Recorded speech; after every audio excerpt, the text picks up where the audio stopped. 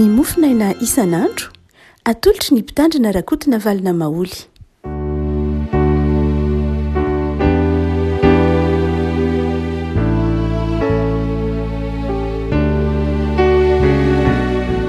Falmerahaba antsika raraka malalatra ity sabotsy fa iraika amin'ny telopolo ny volana aogositra ity izay andro farany rahateo amin'ity volana fahavalo sahady amin'ny taona ity dia manonona ny fiadanan'i Jesosy antsika ny mofinaina voalahatra ao antsika moa rehefa malalaka dia ny bokin'ny Ezekela. Ezekela mpaminany toko fahaefatra amby efapolo, Ezekela toko fahaefatra amby efapolo ny andininy faha dimy ambin'ny folo ka hatramin'ny andininy faha sivy ambin'ny folo amin'ny anaran'i Jesosy. Fa ny Levita mpisorona taranaka Sadoka kosa izay nitandrina ny anjara raharaha ny amin'ny fitoerako masina tamin'ny nivilian'ny zanak'Israely niala tamiko dia izy no anatonay hanao fanompoam-pivavahana ho ahy. Ary izy no eo anatrehako anatitra ho ahy ny sabora sy ny rà ho Jehovah Tompo. Eny, izy no hiditra ao amin'ny fitoerako masina sy anatona ny latabatro hanao fanompoam-pivavahana ho ahy ary hitandrina izay nasaiko hitandrimana. Ary miditra any amin'ny vavahadin'ny kianja anatiny izy dia hiakanjo rongony fotsy fa tsy izy volon'ondry eny aminy. Raha manao fanompoam-pivavahana eo am-bavahadin'ny kianja anatiny sy ao anatiny. Satroka rongony no eo an-dohany ary kalisaonina fohy rongony fotsy no eo am-balahany ary tsy hife zavatra mahatsemboka azy izy. Ary raha mivoaka ho any amin'ny kianja ivelany akany amin'ny olona izy dia hisorony ilay fitafiana nentiny nanao fanompoam-pivavahana ka avelany ao amin'ny efitranomasina ary hitafy fitafiana hafa izy fa tsy hanamasina ny olona amin'ireny fitafiana ireny. Ray Masino, manamasinana ahy amin'ny fahamarinana ny teninao no fahamarinana. Amen. Ny testamenta taloha moa dia mazava ho azy araka ny lazain'ny bokin'ny epistilany Hebreo dia aloko ilay zavatra ho avy, tandindona ilay zavatra ho avy. Raha mitenintsika hoe tandindona dia milaza zavatra tsy ilay tena izy izany. Ohatra mijery ianao hoe ity misy seza dia rehefa tarafin'ny jiro na tarafin'ny hazavana dia io ny aloka ilay seza na tandindona ilay seza. Ilay aloka tsy ilay seza akory. Ilay tandindona tsy ilay seza akory saingy tsy misy tandindona raha tsy eo ilay tena izy. Ary dia zay no tiany epistilany Hebreo miteny manao hoe tandindona ilay zavatra ho avy. Inona ilay ho avy? Izany hoe tsy azonao zany ilay ho avy raha tsy azonao lay pelo lalana azy. Ary dia zay mahatonga ny hoe ny testamenta taloha zany dia mirakitra fampianarana be dia be, misy pédagogie. Ahoana moa no ahatakaran'ny olona ny fahamasinan'Andriamanitra aty amin'ny testamenta vaovao raha tsy takatry ny olona ny fahamasinan'Andriamanitra amin'ny testamenta taloha. Amin'ity Ezekela toko fahaefatra amby efapolo ity zany dia manazava ny amin'ny fahamasinan'Andriamanitra. Tsy haitsika ny manaja ny fahamasinantsika raha tsy haitsika ny manaja ny fahamasinan'Andriamanitra. Dia sary zany fanehoana zany ity tantarany fampahafantarana Ezekela toko fahaefatra amby efapolo ity. Ny tapany ho mofinaina moa ny andininy faha dimy ambin'ny folo, indrindra andininy fito ambin'ny folo dia miresaka momba ny hoe ny fitafian'ny mpisorona. Rehefa miditra ao amin'ny kianja anatiny ny mpisorona hoy ny Ezekela dia izao manao ny akanjo rongony fotsy izy, lahy moa zany io. Manao ny akanjo rongony fotsy izy fa tsy manao volon'ondry akory. Ny antony dia tena ilay fitandrona mihitsy ilay fahamasinan'Andriamanitra. Tsy takatritsika mantsy, tsy takatritsika ny fahamasinan'Andriamanitra aty amin'ny testamenta vaovao raha tsy aseho zany. Ina moa ny hoe ino mahasamihafa an'le lin sy le volon'ondry? Ny lin dia fantatsika fa karazana ohatry ny hoe aty amintsika zao dia coton na mitovitovy aminy zany milaza zavatra hoe mangatsiatsiaka kokoa zany io, milaza zavatra tsy mitarika hatsembohana. Raha volon'ondry ny anaovana eo amin'ny efitra masina dia ao an'efitra anatiny dia tsemboka ny mpisorona milaza, tsemboka dia mafana izy dia manjary zay mahatonga ny hoe manjary eo amin'ny andininy io manao hoe hitantsika amin'ny andininy fa valo ambin'ny folo satroka rongony no eo an-dohany zany hoe tsy volon'ondry mihitsy fa volon'ondry mafana loatra raha ao anatiny izy manao volon'ondry de mafana be zany ao amin'ny efitra masina io mafana be tsisy varavarankely de efitra masina tsy anaovana an'zany zany. Zay ny dikan'izy hoe tsy hoe fanavahana lay akanjo fa lay hoe manjary tsemboka izy atsika manao hoe rongony no eny an-dohany ary caleçon fohy sy rongony fotsy ny eo am-balahany ary tsy hife zavatra mahatsemboka azy izy. Zany hoe mba fantatsika fa rehefa tsemboka de manjary misy fofona. Noho zany dia milaza lay fahadiovana, milaza fahamasinana lay akanjo zay mampitandrina ny fahadiovana zany no rehefa hiditra ao am'lay efitra masina. Aty amikanja anatina ny efitra masina mazava hoazy.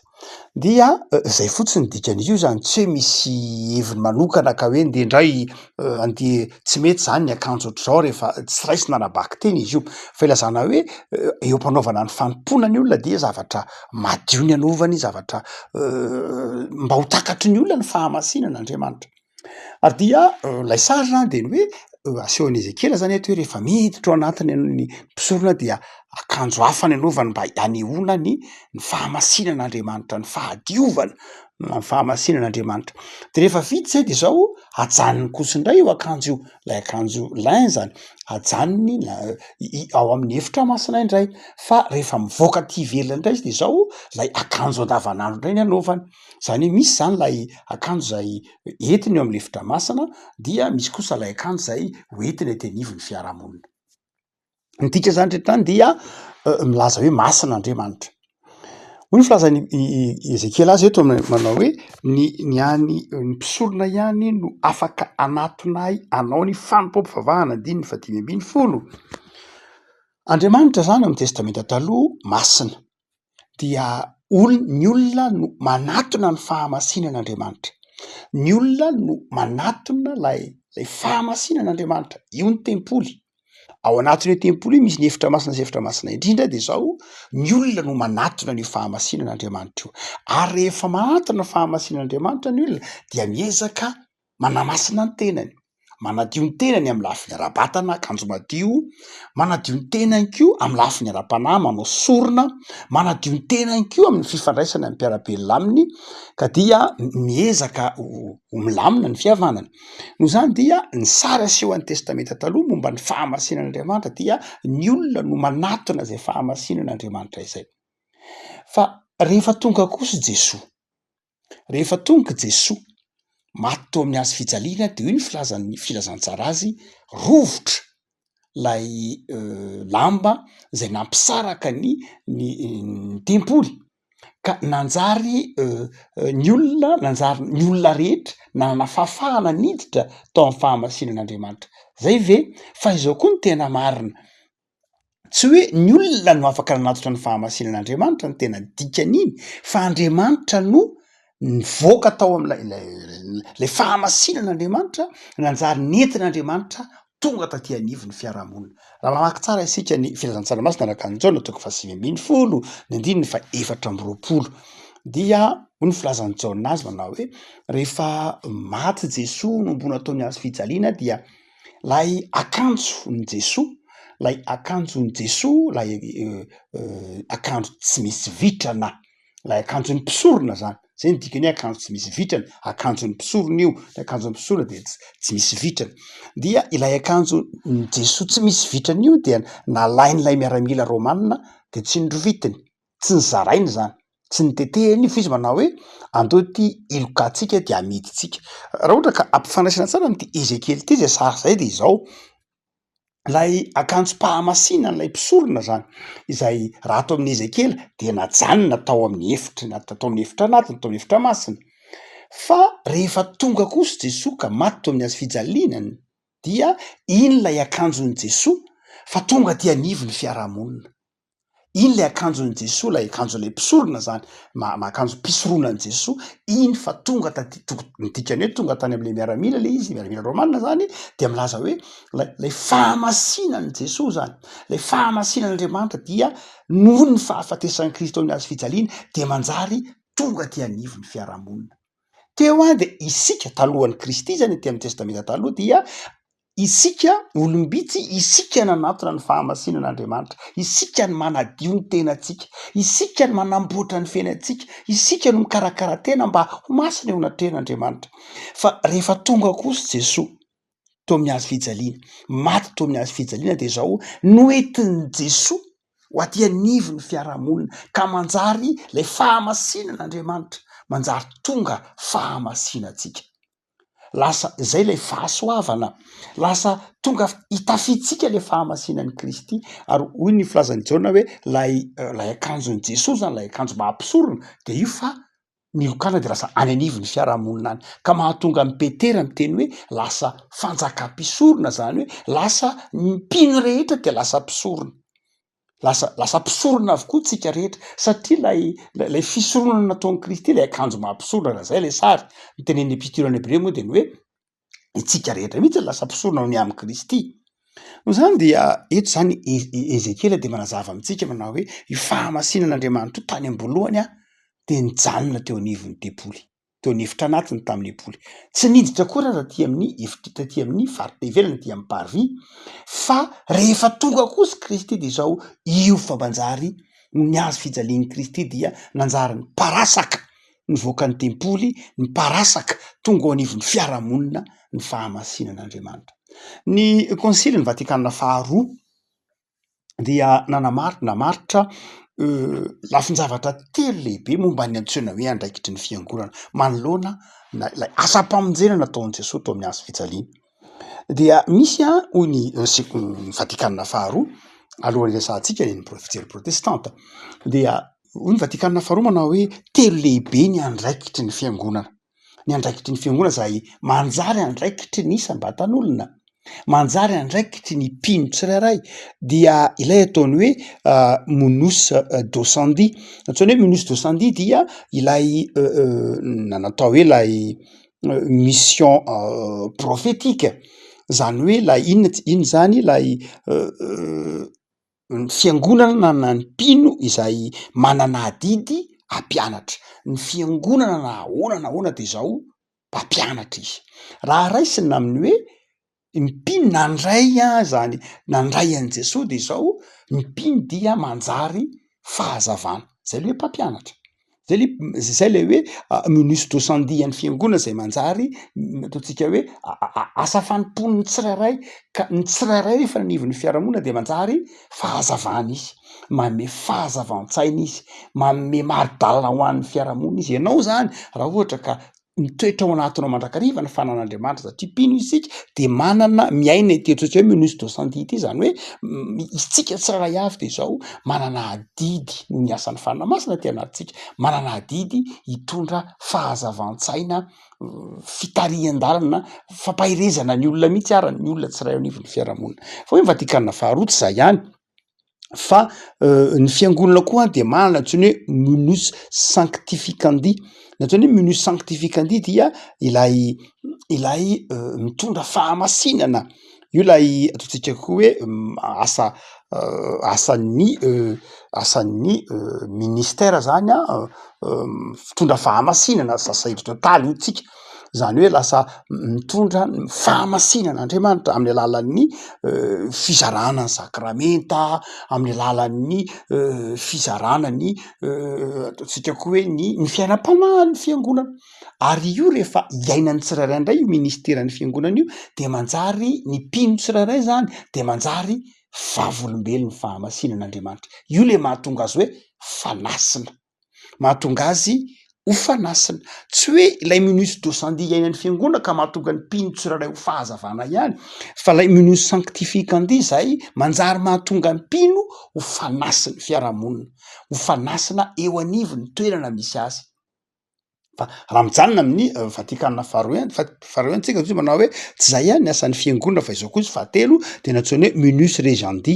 Io monus regandi io dia ilay tsinona tsy akory fa ilay fitandremana na fitehirizana na fitantanana ny fiangonana sy ny vahoakan'Andriamanitra mba ahafahany miaina tsara mahafanjakan'Andriamanitra azy aty ambonin'ny tany. Ny fiangonana de fanjakan'Andriamanitra aty ambonin'ny tany. No zany dia tsy maintsy misy fandaminana, misy fandraharana na fitantanana ny fiangonana io. izay mahatonga ny tenin'ny Paoly hoe ny fiangonana dia ny fanamasina tsy tompon'ny fikotranana fa tompon'ny fandaminana, tompon'ny filaminana, tsy vitany iretsy ataontsika hoe andraikitra lehibe iretsy. Io tarafina amin'ny Kristy io tarafina amin'ny fiainan'ny Kristy io Jesosy Kristy tompo de fantatsika fa niazona andraikitra telo lehibe dia Jesosy Kristy dia mpaminany aloha voalohany indrindra, mpaminany izy zany hoe nampianatra izy, nitory teny izy, zay mahatonga ny hoe raha ohatra ny fiangonana na ny mpino tsiraray izay manana ny Kristy, ny fiangonana zay Kristy ny lohany de zao tsy maintsy mampianatra izy, mitondra fampianarana izy. Zay le hoe mahatonga an'le hoe mahatonga ny fiangonana manana an'lay hoe fiangonana de mpaminany satria manahaka ny Kristy izy, tena ny Kristy izy. Dia avy amin'io natonga ny katolika nahaka an'lay teny hoe Munus Docenti no Kristy mpaminany satria no maniby ny asan'ny Kristy mpaminany ny fiangonana. Zay no mahatonga ny Vatikanina faharoa ny azona hoe tsy maintsy manao an'io Munus Docenti io satria Jesosy Kristy tompo dia mpaminany koa izy. Fa ny faharoa dia Jesosy raha teo koa dia fatatsika fa mpisorona manazava ireo ny epistule any Hebreo, mpisorony Jesosy zay resahana ato amin'ny bokin'ny Ezekela teo hoe tahaka ny mpisorona atao amin'ny Ezekela. Sadoka moa zay zay naviany teny hoe Sadoseo ny resahana ny tendiny ny 10 amin'ny Levitikos ity. Jesosy dia mpisorona be mihitsy ary mpisorona farany sady mpisorona be farany hoy ny epistule any Hebreo. Noho izany dia ny fiangonana dia zay manahaka ny Kristy zay tena ny Kristy dia mpisorona izy. Mitoetra ny fiangonana io zay mandray an'i Kristy, mitory an'i Kristy, mitafy an'i Kristy dia mpisorona ny fiangonana. Mpisorona ny fiangonana ka mizara ny sakramenta sady mizara ny tenin'Andriamanitra. Fa ny fahatelo dia Jesosy koa dia mpanjaka. Dia Jesosy koa dia mpanjaka. Mazava ho azy reo telo reo mpisorona izy, mpaminany izy, mpanjaka izy, ary satria mpanjaka izy de zay mahatonga ny hoe mahatonga ny Vatikanina faharoa nanao an'lay hoe Munus Regenti, zany hoe lasa inona mpitantana izy, mpandrindra izy. Zay le ataontsika hoe manao misy asa pastoral ao anatin'ny fiangonana. Raha ohatra ka jerentsika am'izao ataontsika hoe hotsika manao hoe lay fahamasinan'Andriamanitra nge dia nanjary tonga azontsika iainane, tsy zavatra impossible, tsy zavatra tsy azontsika iainana ny fahamasinan'Andriamanitra satria efa nentin'i Jesosy teo amin'ny hazo fijaliana ny hotantsika rehetra ary lay sarin'lay hoe akanjo tsy misy vitrana hoy Jaona de milaza hoe manjary tonga an'Andriamanitra, tonga iainantsika, tonga hitafitsika lay fahamasinan'ny Kristy ary lay fahamasinan'Andriamanitra dia manjary tonga aty anatintsika satria ny fanahy masin'Andriamanitra no mitahiry lay fahamasinan'Andriamanitra nomenantsika tamin'ny alalan'ny hazo fijaliana Kristy.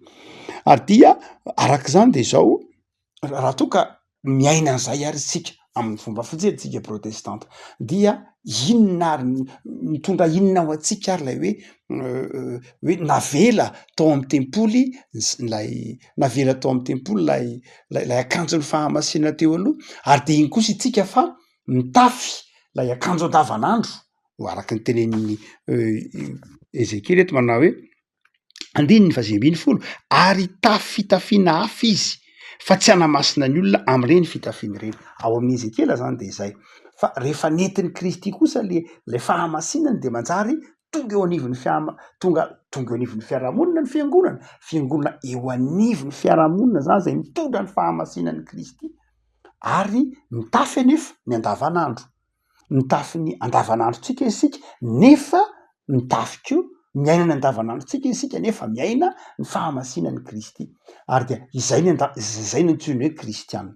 Ny antsoina hoe kristianina zany de zao amintsika protestanta manana ny fahamasinan'Andriamanitra isika, miaina ny fahamasinan'Andriamanitra isika nefa kosa de zao tsy miala eto anivony zao tontolo zao.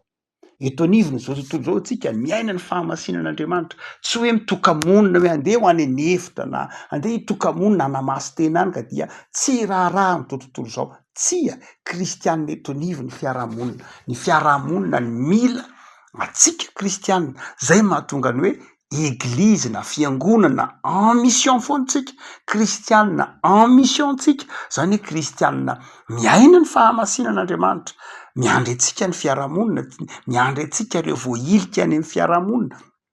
Inona avy moa zany raha ohatra ka miaina an'izany tsika hoe fiangonana manao asa misiona na kristianina miaina ny asa misiona, de kristianina miaina ito hoe miaina ny mahampaminany azy izy, miaina ny mahafanjakam-pisorona azy izy, miaina ny mahataotsika hoe miaina ny mahafiangonana azy izy ka olona sarotiny amin'ny asa, amin'ny filaminana, amin'ny fahamasinana.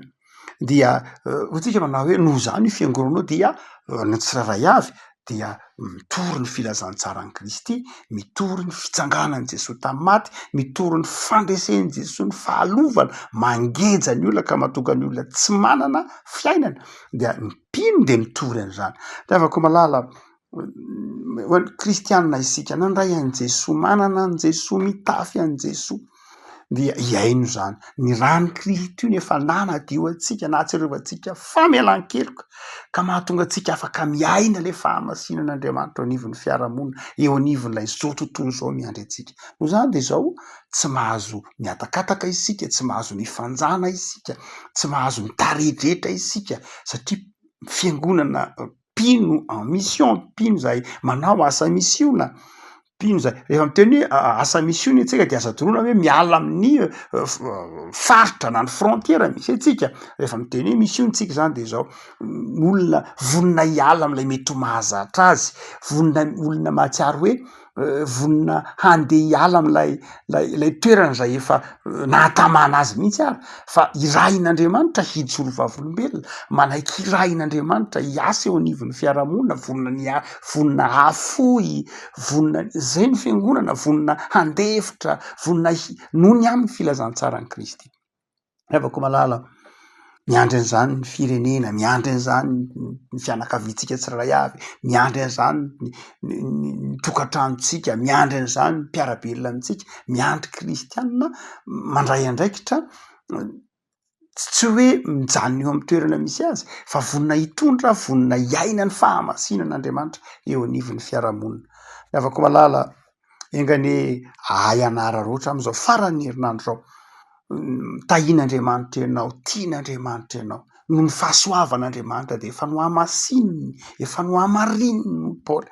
Noho zany dia aza misalasala, aza mora kivy eo anatin'ny sarotra, rehefa ohatra ka manangan-javatra, miezaka manao zavatra, miaina ny tenin'Andriamanitra, de indraindray tody zavatsarotra isika, de tsy tokony ho mora kivy satria mpino manao asa misiona, mpino vonona hitondra ny fitiavan'Andriamanitra, vonona hiaina le fahamasinan'Andriamanitra nomena antsika maimaim-pona tamy rany Kristy.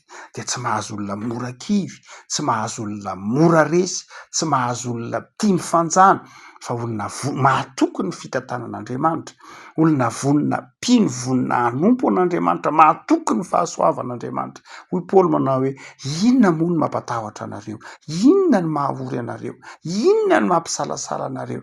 Ny zanak'Andriamanitra, ny zanany malala ny azy, nomeny antsika, hanamasina antsika, hamela heloka antsika, tsy homen'Andriamanitra antsika maimaim-poana miaraka aminy koa fa ny zavatra rehetra.